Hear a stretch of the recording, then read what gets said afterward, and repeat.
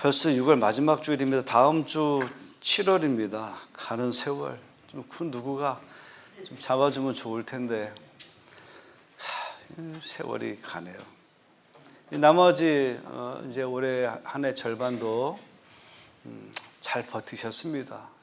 지난 6개월 동안 너무너무 힘든 때 아닙니까?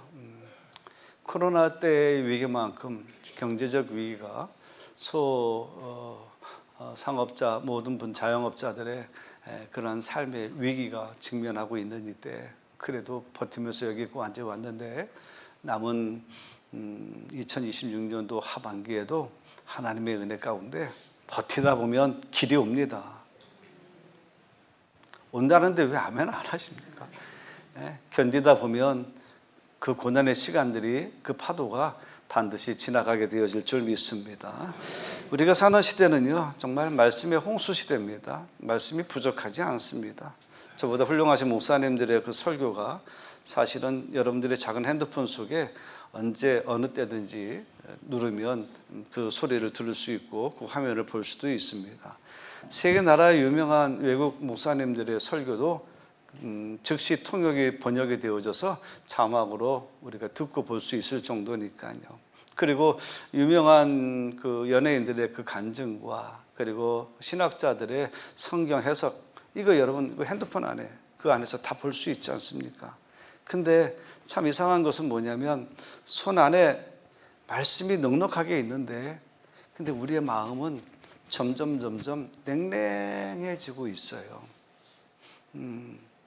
왜 우리의 신앙이 왜 이렇게 내 의도와는 다르게 난 뜨거워지고 싶은데 왜 신앙은 점점 이렇게 식어질까 생각했더니 우리가 그 말씀과 관련해서 성경 나오는 것이 뭐냐면 소아시아의 요한계시록 소아시아 7교회 중에 라오디게아 교회 그 책망받지 않습니까? 그 라오디게아 교회가 책망받은 이유가 뭐냐면 네 믿음은 뜨겁지도 않고 차지도 않아 미지근해서 맛이 없다는 거예요. 근데 차지도 않고 뜨겁지도 않은 라오디게아 교회의 그 이유가 뭐냐면 그 책망하신 그 다음에 뭐라고 말하는가 하면 나는 부자다. 나는 부족할 것이 없다. 부족할 것이 없으니까 미지근하고 차지도 뜨겁지도 않는 그런 상태가 되어버렸다는 이야기입니다. 그래서 이렇게 목회를 하면서 또 우리 신앙인들의 삶을 같이 공유하고 같이 살아가면서 느끼는 것이 뭐냐면 사람이 절박할 때가 있더라고요. 늘 평안한 건 아니더라고요. 갑자기 어느 날 갑자기 하늘이 무너지는 것과 같은 절박한 때가 있더라고요. 근데 그 절박한 때가 가장 은혜가 넘치는 때였더라고요. 오히려 아무 일 없이 평안할 때는 그저 하나님도 계시고 나도 계시지만 하나님과 교류도 없고 하나님과의 그런 공감도 없이 그저 우리가 예배를 드리러 와도 예배 속에서 주신 하나님의 감동보다는 오늘 성도의 의무를 다한 것으로 만족해버리는 그런 시간들의 모습들이 우리의 과거의 신앙의 모습이 아닌가라고 생각이 돼요. 그래서 우리 신앙이 떨어질 때가 언제 떨어지느냐? 내가 좀 넉넉해질 때, 내가 믿을 만한 게 하나님이 아니라 내 자본을 믿고 내가 세상에 믿을 만한 어떤 것들이 있으면 신앙이 좀 식어져 가더라고요. 두 번째는 뭐냐면요, 우리의 신앙이 과거에 머물러 있으면 미지근해집니다. 과거의 열정을 갖고 충성봉사하고 정말 좀 남편보다 하나님을 더 사랑하면서 그렇게 열정적으로 일했던 분들이 여러분 시간이 지나면 이렇게 이야기합니다. 야, 나도 옛날에 다 그 나이 때 힘이 팔팔 넘쳤을 때 나도 정말 열심히 이었어. 그렇게 이야기하거든요. 문제는 뭐냐면 지금 그렇지 않다는 거예요. 그 옛날 그 열정이 지금도 뜨거워야 되는데 그때는 뜨거웠는데 지금은 나이도 먹고 지금 상황이 좀 어렵고 형편이 어려워서 지금 그렇게 못하고 있다. 신앙생활을 돈이 있으면 뜨겁고 돈이 없으면 차갑고 이런 신앙생활이라고 한다면 교회가 그런 신앙생활을 강요하게 되어진다고 한다면 그거는 내가 볼 땐 정말 교회로서의 그 존재의 의미가 별로 없다라고 생각이 되어지거든요. 우리는 부유할 때도 열심 내시고 가난할 때도 열심 내시고 과거에도 열심 내시고 지금도 열심 내시고 미래에도 여러분 진행형의 믿음을 가지시고 열정을 가지시고 살아가시는 은혜가 있으시기를 주님의 이름으로 축원합니다. 오늘 본문은요, 엘리야 선지자가 엘리사라고 하는 제자를 이제 품습니다. 근데 엘리사가 귀한 마음을 갖습니다. 선생님이 가진 영적인 은혜, 영적인 능력, 성령의 충만하심, 그 은혜를 나에게도 갑절로 주십시오라고 하는 그런 그 요구를 하거든요. 근데 그 요구를 하는 것만 아니라 그것을 얻기 위해서 열정적으로 선생님의 삶을 바짝 붙어서 쫓아가는 삶을 보여주고 있습니다. 열왕기하 2장 1절, 오늘 본문의 1절에 보면 엘리야 선지자가 이제 회오리 바람으로 하늘나라로 올라가기로 하나님 앞에 날짜와 시간이 약속되어져 있었거든요.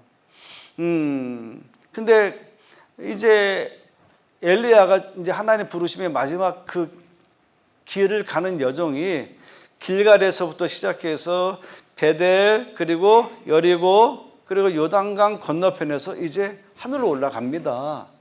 근데 그 길을 가는 마지막 순간에 엘리사가 이제 선생님이 말씀하시는 걸 듣고 이제 선생님이 이제 우리와 헤어질 시간이 가까운 줄 알고 선생님을 더 바짝 붙들고 선생님을 따라갑니다. 그런데 이 선생님이 뭐라고 말하는가 하면 엘리야 선생님이 동네를 지날 때마다 2절, 4절, 6절에 베델에도 너는 여기 머물러 있으라, 길갈에서도 너는 여기 머물러 있으라, 여리고에서도 너는 머물러 있으라. 그래도 이 엘리사가 선생님 그런 말 하지 마십시오.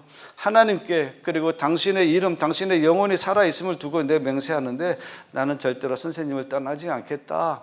이렇게 약속을 하거든요. 3번 선생님이 엄하게 이야기했음에도 불구하고 엘리사는 끝까지 선생님을 따라갔다는 이야기예요. 오지 마라 그래도 나는 선생님을 쫓아가겠습니다 하고 쫓아갔습니다. 어디까지요? 요단강 건너편 엘리야 선생님이 하나님 부르셔서 회오리 바람으로 그가 승천한 그 순간까지 그 자리까지 함께 했다는 이야기입니다. 왜 이 엘리사 선생님을 그렇게 쫓아갔을까요? 물려받지 못한 갑절의 능력을 사모하였기 때문에 그렇습니다. 사실 엘리사는요, 엘리야 선지자에 의해서 선택받은 제자입니다. 이 엘리야를 이야기를 좀 해보면 갈멜산에서 450명 바알 선지자하고 겨루어서 이기지 않았습니까? 그래서 그 바알 선지자를 기손 시내가에 가서 다 쳐 죽였거든요. 그랬더니 이 바알 선지자를 데려왔던 이스라엘 여인이 사람을 보내서 네가 내 선지자를 다 쳐서 죽여서 내일 이맘때 너도 갈기갈기 찢겨 죽을 거야 라고 협박을 했어요. 그랬더니 엘리야가 두려워서 저 광야로 들어가서 그 로뎀나무 아래에서 하나님 나 이제 내 의무 다 했으니까 나 죽여주십시오. 갑자기 이 탈진이 되어져 있는 거예요. 그러니까 하나님께서 천사를 보내셔서 여러분 구운 떡과 물 한 병을 주시면서 40일 동안 걷게 하셔서 그를 시내산으로 꼭대기로 부르셨거든요. 그리고 하나님이 말씀하셨어요. 너 나와봐라. 굴 속에 있는 이 엘리야에게 너 나와봐라. 나왔더니 큰 바람이 부는데 하나님 말씀하지 않았어요. 큰 지진이 일어나서 땅이 꺼지는데도 하나님 말씀하지 않으십니다. 큰 불이 일어나서 산을 태우는 듯한 그러한 일이 일어났는데 하나님 말씀하지 않으신데 그 모든 것이 다 끝난 다음에 세미한 음성으로 엘리야에게 말씀하십니다. 네가 할 일이 있다. 네가 할 일이 있는데 왜 자꾸 죽는다 그러냐? 그리고 왜 너만 남았다 그러느냐? 바알에게 무릎 꿇지 아니한 7천 명의 사람들이 진영에 이스라엘에 남아 있는데 왜 너만 남았다라고 그렇게 탄식하고 탈진해 있느냐? 힘내라. 너는 돌아가서 왕들을 세워야 할 것이고 너의 후계자 엘리사를 세워야 할 것이 아니냐? 하나님께서 딱 그렇게 말씀해 주셨어요. 그래서 그 사명 받고 내려오다가 이 엘리야가 밭에서 이 밭을 갈고 있는 엘리사를 만납니다. 그때 이 엘리야가 그 밭으로 가서 자기 겉옷 선지자의 옷을 벗어서 이 엘리사에게 확 던져버립니다. 그래서 이 옷을 던진다라고 하는 의미가 뭐냐면 그건 부름의 상징이에요. 너도 이 선지자의 옷을 입고 선지자의 길을 걸어가겠느냐? 그랬을 때 이 엘리사가 즉시 순종합니다. 땅을 갈고 있었던 소를 잡아서 이웃들과 나눠 먹고 쟁기는 불태우고 부모에게 작별 인사를 구한 다음에 즉시 엘리야 선생님하고 이제 동거 생활이 시작이 되는 거예요. 그 생활이 이제 8년이나 지속이 됩니다. 스승 곁에서 말씀을 들었고 기도하는 모습을 보고 엘리야 선생님이 행하시는 능력의 현장 속에 늘 붙어 있었습니다. 이 엘리사가 엘리야 선생님을 그렇게 죽기 살기로 따라다니는 이유가 있다고 한다면 엘리야 선생님이 어떤 기술을 배우려고 한 것이 아니라 엘리야 선생님 마음속에 있는 그 하나님을 나의 하나님으로 모실 수 있는 방법을 얻으려고 열심히 모시고 다니는 것이죠. 우리가 생각해야 될 것이 뭐냐면 우리는 예수를 배우는 게 아닙니다. 우리는 예수를 배우는 게 아니에요. 우리는 예수를 닮는 것입니다. 닮아야 인생이 해결되는 거예요. 배우면 뭐가 됩니까? 머리만 커져요. 머리만 커져요. 머리만 커져가지고 기껏 한다는 소리가 목사들이 다 그렇지 뭐 예수 믿는 사람들이 다 그렇지 뭐 왜 그런가만 보는지 몰라요. 다 그렇긴 하지만 안 그런 것도 있잖아요. 안 그런 것도 있잖아요. 예? 뭐 눈에는 뭐만 보인다고 은혜 있는 사람은 은혜만 보일 텐데 은혜가 빠지니까 늘 뜨거운 것보다는 찬 것에 체해가지고 얹혀 사는 신앙인들이 있다는 이야기 아니겠습니까? 여러분 예수를 배우기 위해서 교회를 나오면 여러분들 교회 학교를 다니는 것이고요. 우리가 예수님을 닮기 위해서 교회를 나온다고 한다면 예수 공동체 안에 들어오는 것이에요. 우리는 그래서 뭐라고 이야기합니까? 예수 공동체를 우리는 예수 가족이라고 이야기하잖아요. 그래서 우리는 예배 끝나면 같이 밥 먹잖아요, 여러분. 아무나 하고 밥 먹나요? 절대 여러분 누가 갑자기 여러분한테 와가지고 길거리에서 처음 만난 사람이 밥 먹으러 갑시다 그러면 절대 가시면 안 됩니다. 공짜 밥이라도 가시면 안 됩니다. 모르는 사람하고 밥 먹는 거 굉장히 불안한 거예요. 근데 우리는 서로가 몰라도 이름도 모르고 얼굴만 아는 사이이지만 그래도 우리 식당에 가서 그냥 한 상에 둘러앉으면 우리는 뭐예요? 제천중앙교회에 소속된 예수 공동체, 우리는 믿음의 식구다라고 하는 것을 인정하고 아무 두려움 없이 아무 낯설음 없이 우리가 같이 식사할 수 있는 거 아니겠습니까? 사랑하는 성도 여러분, 신앙생활을 하면서 여러분 많이 배우는 것보다 내가 예수를 근접하고 있는지를 늘 생각해 보시기를 주님의 이름으로 축원합니다. 점점 닮아가야 됩니다.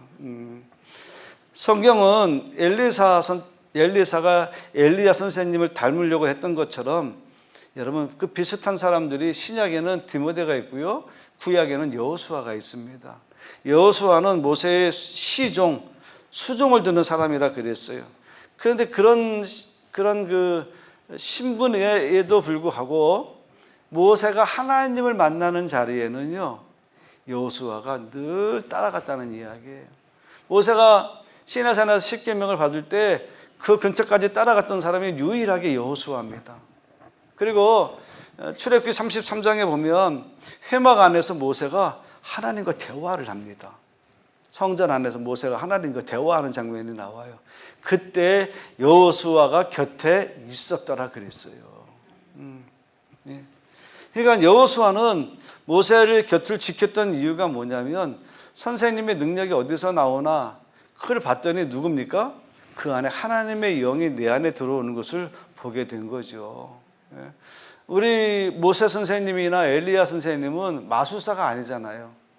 사람은 눈 속이는 것도 아니고 어떤 기술이 있어서 어떤 능력을 행하는 것이 아니라 하나님의 영에 감동되어진 사람이 믿음으로 말하고 선포하면 그 선포한 대로 이루어지는 역사가 그 역사가 그들을 통해서 이루어지지 않았습니까? 엘리사가 엘리야 선생님 곁을 떠나지 않았던 것과 똑같이 여호수아가 모세 선생님을 옆에서 지켜주고 모세 선생님이 어떻게 하나님의 능력을 펼쳤는지 하나님의 영이 어떻게 감동되었는지를 보고 그가 믿음으로 따라갔을 때 놀라운 것은 여러분 모세에게 나타난 능력이 여호수아에게도 나타났다니까요. 모세는 홍해 바다를 말씀으로 갈랐잖아요. 근데 여호수아는요 요단강을 가르고 가나안 땅으로 이스라엘 백성들을 인도하지 않았습니까? 근데 놀라운 것은 오늘 본문에도 보면 8절에 엘리야와 엘리사 선생님과 제자가 요단강을 건너는데 선생님이 자기 겉옷을 가지고 물을 치고 그 땅을 요단강을 건너갑니다. 근데 선생님이 하늘로 올라가잖아요. 그리고 선생님이 올라가면서 자기의 선지자 옷을 땅에 던집니다. 그 옷을 주순 엘리사가 다시 요단강을 건너올 때 그 옷을 가지고 요단강을 쳤더니 물이 갈라졌다는 이야기예요. 이렇게 선생님을 닮으니까 선생님에게 있는 능력이 따라오더라고요. 하물며 여러분들이 예수를 닮으면, 길이요 진리요 생명 되신 예수를 닮으면 여러분의 인생이 어떻게 달라질지에 대해서 분명히 확신을 가져야 됩니다. 의심하시면 안 됩니다. 예수를 믿으면 잘 됩니다. 예수를 믿으면 여러분의 그 연약함이 강건해지게 되어질 줄 믿습니다. 예수를 잘 믿으면 풀리지 않았던 여러분의 인생이 이젠 실타래가 풀려서 잘 되는 역사가 일어나게 될 것이에요. 어떻게 예수를 잘 믿어야 됩니까? 미지근하게 믿어야 되나요? 아니죠. 열정적으로 믿어야 되죠. 오늘 엘리야와 엘리사가 길갈에서 베델에서 여리고, 여리고에서 요단강 건너편으로 갔잖아요. 근데 요단강 정도 갔을 때 50명의 제자가 같이 동행을 하게 됩니다. 50명의. 그러니까 엘리야의 제자들이 많이 있었어요. 그 중에서도 이제 엘리사를 특별히 사랑하기도 했고, 하지만 50명의 제자가 엘리야 선생님 곁에 오긴 했는데 요단강 건너편에서 선생님이 하늘로 올라가고 하는 이런 장면을 보지를 못합니다. 알기는 알았어요. 우리 선생님이 하늘로 승천하신다. 하나님 부르심이 받을 때가 됐다. 왜냐하면 선생님이 제자들에게 미리 얘기했으니까. 그런데 문제는 뭐냐면 멀찍이 따라갔다가 그 인류의 역사상 이렇게 죽지 않고 천국으로 올라가는 그 광경을 목격할 수 있는 좋은 기회인데 그 좋은 기회를 놓치고 말았다는 이야기입니다. 나중에 뭐라고 이야기하는가 하면 이 50명의 제자들이 우리가 4일 동안 요단강 건너편 선생님이 회오리밤 타고 천국 올라간 그 자리, 그 산 골짜기를 우리 50명이 좀 뒤져볼 수 있게 뒤져봐도 되겠느냐라고 이야기해요. 왜냐하면 회오리바람 타고 올라가다가 어느 순간에 어디서 떨어질지 모르니까 어딘가에 시체가 있지 않겠느냐, 그런 이야기를 한단 말이죠. 회오리바람이 와서 우리 선생님을 데리고 올라간다는 것을 믿는데 믿다가 뭐합니까? 안 믿는 거예요. 올라가다 어디서 떨어졌겠지. 우리가 그 시체를 찾아봐도 되겠느냐. 그러니까 가봐라. 선생님 올라간 걸 내가 분명히 봤다. 그래도 어디 떨어져 있겠지. 사흘 동안 뒤져봤는데 시체를 찾았나요? 하늘에 올라갈 엘리야를 어디서 찾겠습니까? 선생님이 말해서 알고는 있지만 믿지 않았던 50명의 제자. 왜 믿지를 못했습니까? 그 현장에 있었으면 두 눈으로 봤으면 믿었을 텐데 그 현장을 벗어나서 멀찍이 있었잖아요, 여러분. 멀찍이.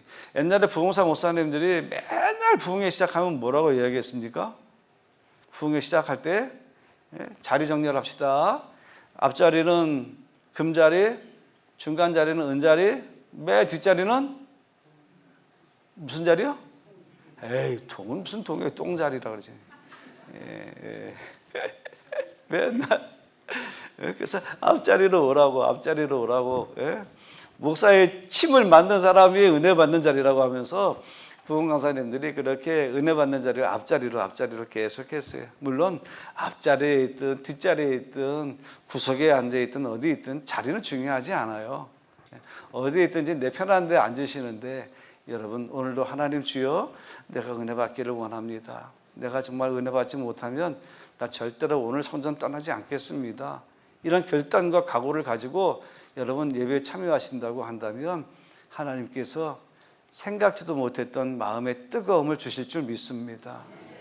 내 죄가 기억나고 내가 이렇게 하면 안 되는데 라고 하는 자기 삶에 대한 후회와 반성, 이건 여러분들이 은혜를 받고 있다는 이야기입니다. 그런 은혜가 오늘도 여러분과 함께 하시기를 주님의 이름으로 축원합니다.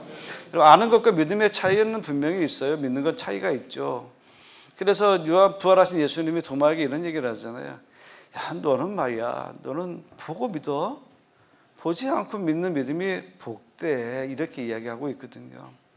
그리스도인의 믿음은 모든 것이 확인된 다음에 믿음이 작동되는 것이 아니라 우리가 하나님을 본 적도 없고 하나님의 음성을 들은 적도 없지만 내가 살아가면서 살아왔던 시간들 속에 하나님의 은혜가 아니면 내가 살아올 수 없었던, 견딜 수 없었던, 포기할 수밖에 없었던 그런 상황 속에서 하나님의 은혜로 내가 버텨왔던 그 시간들을 기억하면서 앞으로의 시간들 속에서도 하나님이 나를 지켜주실 줄 믿고 그 하나님을 의지하면서 나아가는 거, 이것이 믿음이거든요. 그 믿음을 가지시기를 주님의 이름으로 축원합니다. 그런 믿음이 있어야 흔들리지를 않아요. 흔들리지를 않아요. 여러분들이 주일 성수하는 의미가 목사 때문에 주일 성수하면 안 됩니다.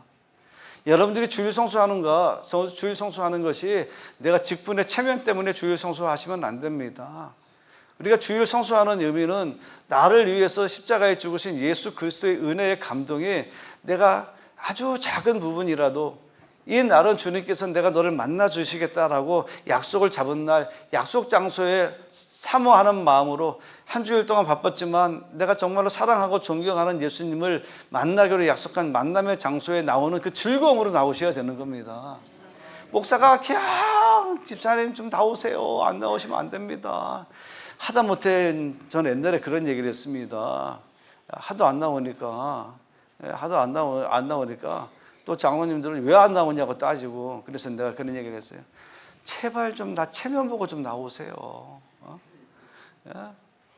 목사 좀 체면 좀 살려주십시오.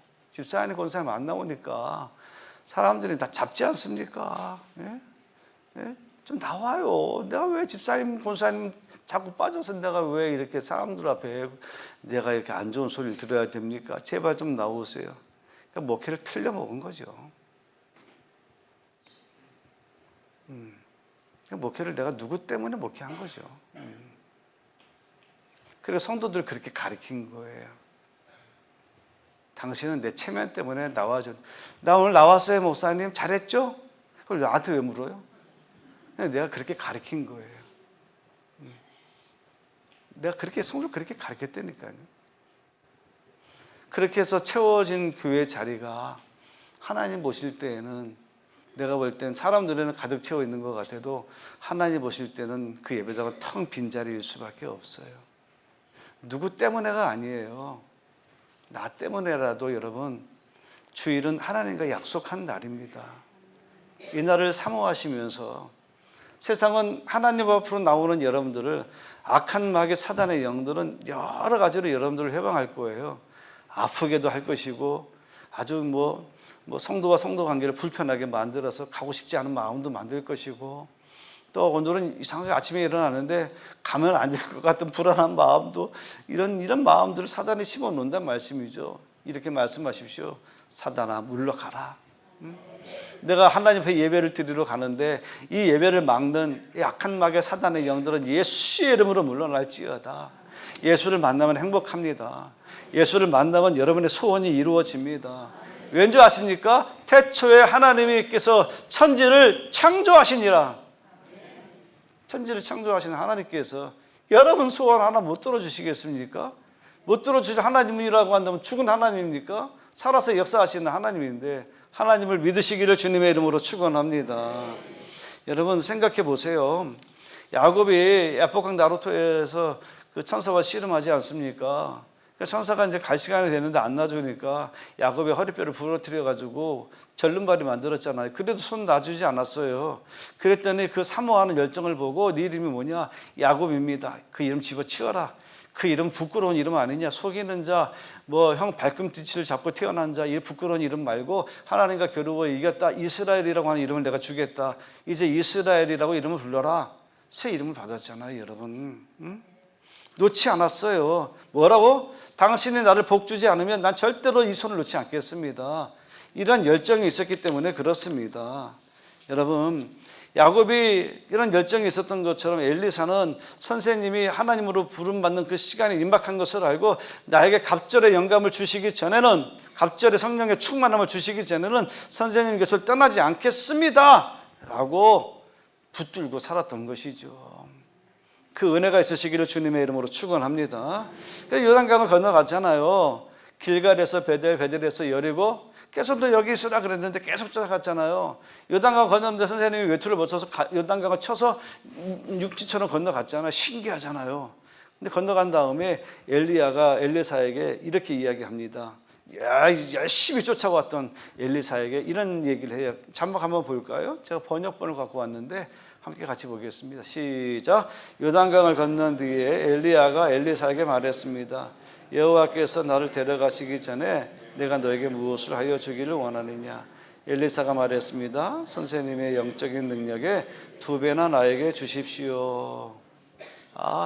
선생님의 영적인 능력을 나에게 2배나 주십시오. 성경학자들이 이야기하는데요, 엘리야가 살았을 때 그가 베푼 기적의 역사가 8가지랍니다. 그런데 엘리사가 살았을 때 기적을 베푼 역사가 16가지, 딱 2배가 되었다라고 이야기합니다. 그래서 내가 속으로 생각했어요. 이 바보, 10배나 주시옵소서 그러지 왜 2배나 달라고 해가지고, 예? 그 정도밖에 안 됐으니까 2배라도 어딥니까? 우리는 마이너스인데, 예. 하나님이 주신 은혜만이라도 누렸으면 좋은데 그 은혜만이라도 우리는 그 유지하지 못하고 빼앗길 때가 많은데 말씀이죠. 그때 불수레와 불말이 막 나타나면서, 예, 상황을 딱 보니까 이 불수레, 불에 타는 수레와 불이 타는 말이 나타나가지고 이 엘리야와 엘리사를 이렇게 분리를 시키는 거예요. 그 사이를 갈라놓습니다. 그래서 하늘에서 회오리바람이, 어디선가 회오리바람이 일면서 이 엘리야를 싹 태우고 올라가는 거예요. 그때 이 엘리사가 그것을 보고 나의 아버지요, 내 아버지요, 내 아버지요 하면서 그 선생님이 떠나가는 장면에서 굉장히 슬퍼하는 그런 장면이 나오거든요. 그러면서 옷을 찢습니다. 왜 멀쩡한 옷을 왜 찢을까 하고 그 옷을 찢는 이유를 좀 성경을 살펴봤더니 이유가 있더라고요. 우리는 너무 슬프면 뭐 연속극 같은 데 보면 머리를 쥐어뜯잖아요. 머리 쥐어는 게 너무 슬퍼서 고통스럽다는 표현이거든요. 고대 근동사회는 슬픈 일을 당하면 옷을 찢거나 머리를 민다고 이야기합니다. 그래서 봤더니 생각나는 게 하나가 있더라고요. 욥이 극심한 고통을 당했을 때 그가 하나님 앞에 무릎 꿇고 예배를 드리기 전에 뭐였습니까? 옷을 찢고 머리를 밀었다라 그랬어요. 그러니까 선생님이 자기 곁을 떠나는 그 순간에 너무 고통스러웠던 것입니다. 선생님이 아니라 뭐라고요? 내 아버지요, 내 아버지요 라고 이야기하고 있거든요. 그런데 놀라운 것은 뭐냐면 회오리바람 타고 올라가던 엘리야 선생님이 예전에 엘리사가 밭을 갈고 있을 때 선지자의 옷을 이 엘리사에게 던져서 그 옷을 들고 왔던 그 엘리사를 자기의 제자 삼아 주셨잖아요. 하늘로 올라가던 엘리야가 겉옷을 벗어서 엘리사에게 던져줍니다. 하늘에서 뭐가 떨어져서 보니까 이게 엘리사의 옷이었던 것입니다. 그래서 찢겨진 자기 옷을 벗고 엘리야 선생님이 겉옷을 들고 이제 요단강가로 돌아오는데 이렇게 이야기합니다. 그 강물을 치면서 엘리야의 하나님 여호와는 어디 계십니까? 엘리야의 하나님 여호와는 어디 계십니까? 이것은 뭐냐면 그 하나님이 나의 하나님이 되신 줄 믿습니다. 엘리야의 그 겉옷을 가지고 강물을 쳤더니 놀라운 것은 엘리야의 하나님께서 엘리사의 하나님이 되어 주시니 요단 강물이 갈라지는 역사가 일어나게 된 것을 여러분 꼭 믿으시기를 주님의 이름으로 축원합니다. 엘리사에게 나타난 능력이 오늘 누구에게도 나타났습니까? 엘리사에게도 나타났어요. 그런데 그걸 누가 보고 있습니까? 저쪽에 50명의 제자들이 강물이 갈라지고 엘리사가 강물을 치면서 육지처럼 건너오는 것을 보고 있잖아요. 물론 겉옷에 엘리야의 그 선지자 옷에 마력이 있는 것은 아닙니다. 그 겉옷을 도구로 하여서 하나님의 능력이 오늘 엘리야에게 임했던 것처럼 엘리사에게도 임하기를 바라는 마음으로 엘리사가 선생님이 했던 그 방식 그대로 따라했던 것뿐이죠. 이제 결론을 맺겠습니다. 엘리야의 승천 앞에서 50명은 기회가 있었지만 그 기회를 놓쳤습니다. 왜요? 그냥 멀찍이 있었어요. 어떻게 보면 너무 착한 것 같아요. 엘리야가 엘리사에게 너 여기 머물라 했을 때 아닙니다. 난 하나님께 맹세하고 선생님 영혼에 내 이름을 걸고 맹세하는데 떠나지 않겠습니다 라고 하는 열정을 갖고 쫓아왔을 때 그 열정에 선생님도 감동을 받았지만 50명의 제자들은 멀찍이 서서 선생님께서 분명히 하나님 부르심 받는 날이 온다는 걸 알고 있으면서도 멀찍이 있었다가 승천하는 그 역사적인 장면을 경험하지도 못하고 알고는 있었지만 선생님이 회오리 바람 타고 어디로 날아가다가 어디 떨어졌겠지 이딴 생각을 하고 산속으로 골짜기로 냇가로 찾아다니면서 선생님의 시체를 찾아다녔다는 거 아닙니까? 예? 여러분 아는 거하고 믿는 거하고 달라요. 저는 여러분들이 예수를 알았으면 좋겠어요. 근데 아는 것으로 만족하지 말고 아는 것이 여러분 믿어지는 역사가 일어나기를 주님의 이름으로 축원합니다. 우리 앞에 갈라지지 않는 요단 강물이 있습니다. 그러나 여러분 하나님이 주시는 믿음의 열정을 가지고 그 믿음의 열정 그대로 하나님께서 들어주실 줄 믿고 믿음으로 기도하고 나아갈 때마다 여러분의 인생 앞에 여러분의 인생을 가로막고 있는 홍해바다가 갈라지고 요단강이 갈라지는 역사가 일어나게 되어질 줄 믿습니다. 우리에게 믿음이 없으면 믿음의 씨앗이 없는 것이 아니라 믿음을 키워나갈 열정이 없는 거예요. 농사꾼들이 농사를 짓는데 씨앗을 뿌려놓고 1년 동안 가만히 있는 줄 아십니까? 얼마나 저는 있잖아요. 농사는 정말 천직이라고 생각합니다. 농사는요. 그래서 농사꾼이라고 이야기하잖아요. 꾼이 되지 않으면 농사를 지을 수가 없어요. 그 씨앗 하나 심어놓고 말씀이죠. 씨앗에서 싹이 나오고 가지가 나와서 줄기가 나오고 잎이 나오고 열매를 나올 때까지 얼마나 많은 시간이 걸리는지 몰라요. 나올지도 안 나올지도 몰라요. 나와야 나오는 거 아닙니까? 근데 농사꾼은요 그 씨앗을 믿습니다. 분명히 이 씨앗은 나에게 열매를 줄 것이다. 그래서 어떻게 합니까? 밭을 갈아서 씨앗을 심고 모종을 심고 물을 주고 또 지나고 나면 잡초가 나면 또 잡초를 제거해주고 또 거기에 벌러지가 얹으면 또 벌러지 다 또 유기농은 손으로 잡고 정 안 되면 농약으로 쳐서라도 하고 또 여러분 비바람 치고 막 뭐 비바람이 몰려오면 물이 잘 빠지도록 또 꼬랑을 또 파주기도 하고 말씀이죠. 또 태풍이 불어온다 그러면 또 농사꾼은 나가서 뭐 합니까? 벼와 벼끼리 또 묶어서 넘어지지 않도록 잡아주잖아요. 끊임없이 열매를 맺기 위해서 농사꾼은 하나의 씨앗에 열정을 퍼붓습니다. 상상할 수 없을 정도로 열정을 퍼부어야 때가 돼서 열매를 거둔다는 것이죠. 믿음은 시간이 지난다고 해서 성장하는 거 아닙니다. 이게 일반적인 그리스도인들의 착각입니다. 내가 30년 믿었으니까 30년 믿음의 구력이 생기는 게 아닙니다. 당구를 30년 치면 30년 구력이 생기지만 예수를 30년 믿었다고 해서 30년 구력이 생기는 게 아니라니까요. 그래서 예수님이 이렇게 얘기하셨어요. 먼저 된 자가 나중되고 나중된 자가 먼저 된다 그랬어요. 저는 이 말씀이 이렇게 들립니다. 주님은 오늘 믿음을 보시는 거예요. 주님은 과거의 믿음이 아니라 미래의 믿음이 아니라 오늘 믿음을 보시는 거예요. 나의 믿음 없음을 용서하옵소서. 진정으로 회개하고 식어진 나의 열정, 이 열정을 회복하셔서 뜨거움으로 하나님 앞에 다가서는 저와 여러분 다 되셔서 우리 예수 믿었는데 복 받아야죠. 예수 믿었는데 고침 받아야 되죠. 예수 믿었는데 여러분의 복이 여러분의 자손의 복이 돼야 되지 않겠습니까?